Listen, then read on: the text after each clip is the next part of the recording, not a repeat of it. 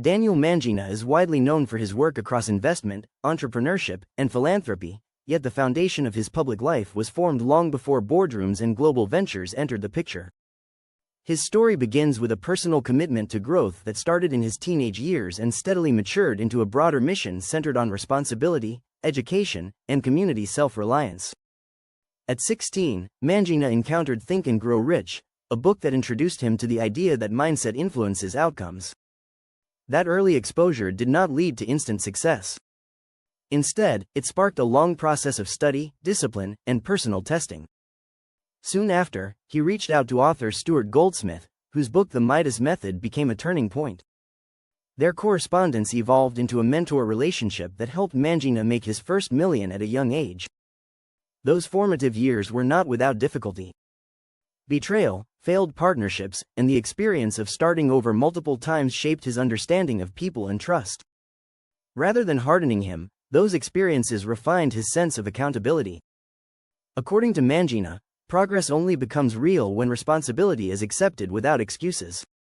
While many people remain focused on personal development as a private pursuit, Mangina gradually recognized that growth becomes meaningful only when it translates into action. Writing his book Stepping Beyond Intention forced him to live in full alignment with the principles he described. The process demanded integrity, not theory, and reinforced his belief that mindset without movement has limited value. One of the most influential chapters in his life came after reading The Surrender Experiment.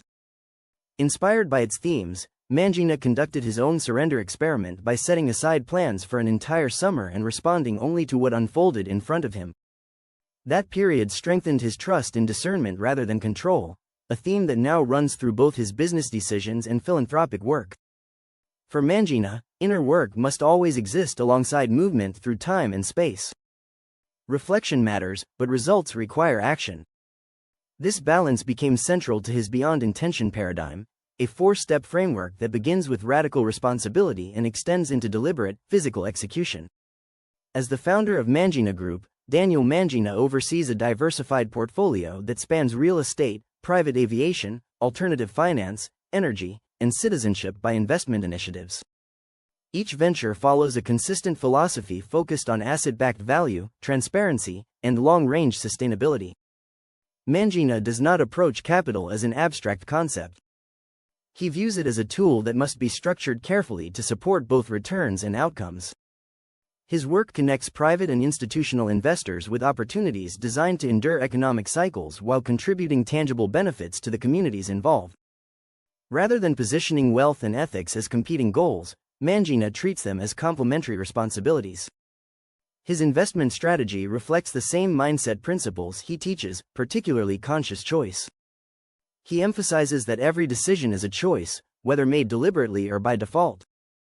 Conscious decisions, he argues, are the only ones capable of producing stable results. A significant evolution in Mangina's thinking came when he learned to step back from trying to fix people. Early in his career, he believed transformation required direct intervention. Over time, experience taught him that empowerment is most effective when it respects identity and autonomy. He now focuses on education and choice rather than direction. Change, in his view, cannot be forced without resistance. Identities are fragile, and lasting growth occurs when people are invited rather than pushed. This principle guides his mentoring, leadership, and philanthropic partnerships. Mangina often references a lesson that change happens in an instant, but preparing to change can take years. That understanding has helped him remain patient with both himself and others, particularly in environments where progress unfolds slowly. Among the many projects Mangina has supported, one stands out as a defining example of impact. For over 15 years, he has worked with a village in the Gambia near the Senegal border. His support has included building a school and providing emergency food during times of need. During a recent visit, village elders honored Mangina with a tribal bracelet and welcomed him as an honorary member of the community. More meaningful to him, however, is the shift he has observed among the children. Young people who once viewed leaving as their only option are now participating in village council meetings and discussing how to strengthen their home. Mangina sees this change as evidence that empowerment works best when people are equipped rather than rescued. Hope alone is not enough. Intention must be paired with the tools to act locally and collaboratively. When asked how he measures the success of his work, Mangina does not point to financial metrics alone. He looks at what grows from the seeds he has planted. His measure of impact lies in the lives of people who go on to support others, creating cycles of contribution that extend beyond his direct involvement.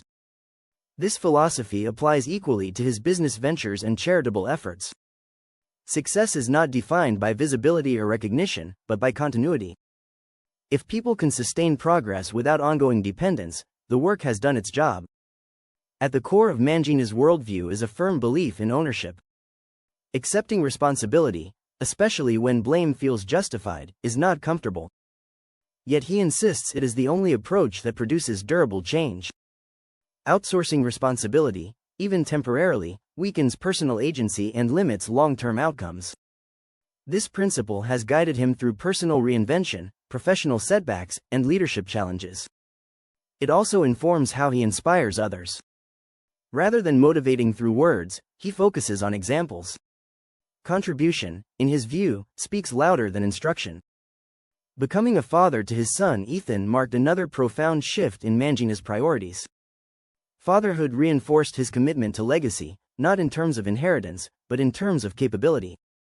He hopes the systems he builds and the lessons he shares will teach people to provide for themselves and their communities. In developing regions where he has worked, his goal is simple. He wants people to see that collaboration and shared responsibility can create stability without reliance on external saviors. Teaching people to fish, as he often says, remains the most respectful form of service. Daniel Mangina's journey reflects a consistent thread that runs from personal development to global engagement.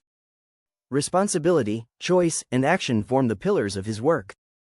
Whether in investment strategy, community development, or personal mentorship, his approach remains grounded in the belief that lasting change begins within but must always move outward.